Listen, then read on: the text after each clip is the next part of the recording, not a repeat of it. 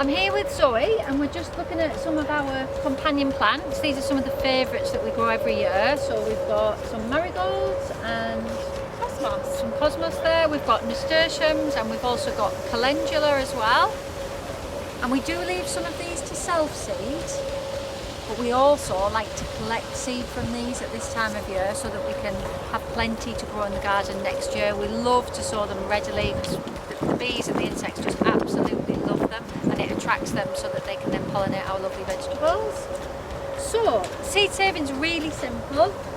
You can see where the seeds have gone over there, and I literally just break it off, and these little pods are full of seeds which we won't take apart here because I'm frightened they'll blow away. And Zoe's got the cosmos. You can deadhead these throughout the season. When we come into autumn, end of autumn, you can leave some on and they start to dry up. We'll collect these seeds again, plant them back out in the spring. It's really hard to see what they are. So this is the cosmos flower that we were looking at earlier, and that's a bud still on the thing there, but I've just broken the seed head apart here, and you can see the seeds are very similar to the marigolds there. Different somewhat, but you've got to make sure, and I tell you this from experience, that you label your seeds when you've taken them out. It's really important that you get an envelope. These are perfect. Pop them inside and label them as soon after doing it as you can. Otherwise next year you'll have a load of seeds and it'll be like potluck. You won't have a clue what it is that you're actually growing, which can be nice, but if you want to grow specific things, it's a good idea to label them. So this is one of the marigolds that we picked earlier, and like I was saying, they're a great companion plant. So that's what it's like when it's in flower. That's what it's like when it's dried up and it's just getting ready for the seeds. And that's the seed pod when you actually open it up. Look at the amount of seeds in there, absolutely amazing. Nature's abundance at its best. You never need to buy a packet of seeds again. So here we are with our lovely calendula flower, also called pot marigold. Absolutely fabulous. And when it's getting dusk, they actually look UV, these flowers. They're so stunning. They're one of my favourites in the garden. And you can see that's the seed head, and they're just the green seeds, so I wouldn't pick them yet if I was hoping to save seed from them.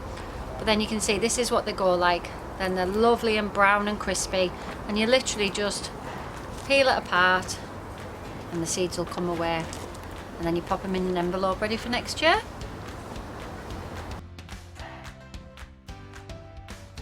I'm here in a fennel bed. Now there are two different types of fennel: Florence fennel, which is the vegetable, and fennel, which is the herb.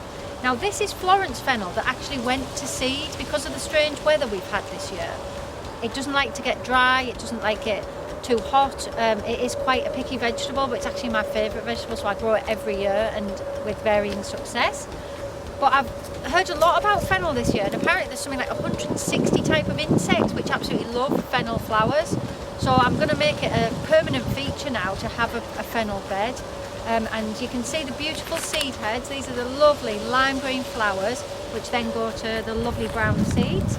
And hopefully we'll save some of this and we can grow more of the veg next year. And I'm going to leave this as a permanent bed. I'm going to chop it right down, cover it with straw, because apparently fennel can grow as a perennial.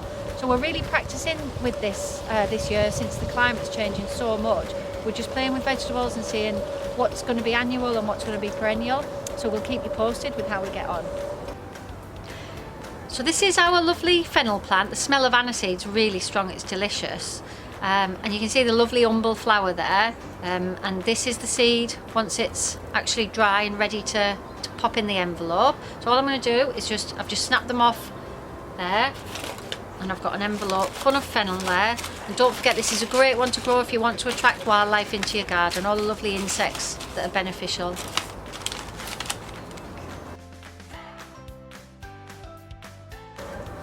So I'm here in the polytunnel, and when it comes to seed saving, this is one of my absolute favourites. It's probably the first plant that I ever saved seed from, and it's lettuce, believe it or not. It looks nothing like a lettuce, but yeah, this is oak leaf lettuce, and when you leave it to go to seed, it puts up this huge shoot, and then it has these gorgeous little tiny fluffy seed heads. And when you pop that open, It's just full of little seeds which you can then plant next year, and you just never need to buy a lettuce seed again because it just gives hundreds of plants per seed, more lettuce than anyone could eat.